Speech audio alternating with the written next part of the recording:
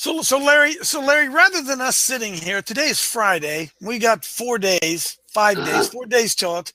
Rather than, it's like going to a football game and saying, "Daggone, I knew that was going to happen. Larry, I don't want to be here on Wednesday. I want Hillary for prison. I don't care Right. about politics. I want her for prison." Larry, what can we do? What can we practically do over the next 5 days or on election day that can something that would hold up in court that can somehow prevent this eventuality from happening?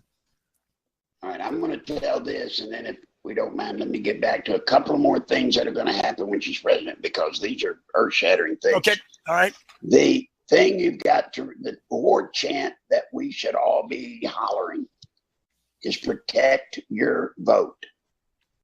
When you think of voter fraud, you think of people coming in and voting multiple times. That's going to happen. That we can take care of to some degree, but you cannot stop it all. But I tell you what, each person listening to me right now can do. Right now, your vote counts more than ever. It counts. But here's what's going to happen. You're going to walk into a voting machine. And when you get there, if it's electronic, and you punch all the things to get your vote cast, before you leave, and before you walk out of that voting booth thingy, call over a supervisor and demand, I didn't say ask, I said demand, to see proof of how your vote is officially logged. You got it? And they should be able, some machines give you a little printout, like you get at the grocery store. Some of them don't do that, but they can punch a button and it'll show up on the screen how your vote is officially done, and then they can send it on. But if they can't give you either one of those, you must demand a paper ballot. But Larry, most of the cheating is going to be taking place in the inner city. Wouldn't that be safe to say it's not happening out here in mom and pop America where I am? That's where I'm going next. But right now, the first thing everybody's got to do is protect their own vote, Coach. Protect your vote. And if they can't give you a paper ballot, say they don't have them, although they're required by law to have them, find out where you can go to get a paper ballot, and you cast your vote on a paper ballot. Early voting or not, Larry? Should we do early voting? Either way, if you're walking in and it's an electronic machine, you get verification. It doesn't matter, early day of, it doesn't matter. Now, the big deal that's coming is the day of the election. They won't probably do it during early voting, but they'll do it day of election. They're going to go to inner cities. And they're going to bring in vans, and we used to bring buses, school buses. But they're not going to do that. They're going to use vans and cars. And again, if you don't believe me, go to WikiLeaks. And there's some guy with WikiLeaks big up in her campaign, stupidly telling these people how they're going to get these people in, saying that they may not even use vans. They may have to use cars because vans are too easy to spot. Yeah. But what they'll do is they'll go in, and you're at your precinct. You're there waiting in line to vote. Oh, I left that one other thing. But once you leave that polling booth with your paper ballot, if they don't give you a paper ballot, call the police. Get an official police report where you call 911 and say that they would not give me a paper ballot here, said they didn't have them, and they're sending me to wherever. Then call the police, log it. It's very important for Trump. If he has to take this to court over voter fraud, we need him actual dates, times, places, not anecdotal stuff.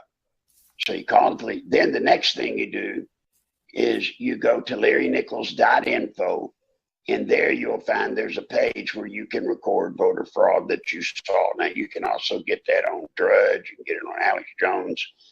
Several people have places to report voter fraud.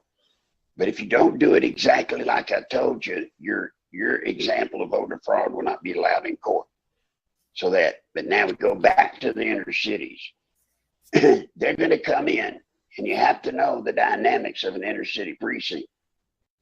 The people working at the registration desk, they don't even look up.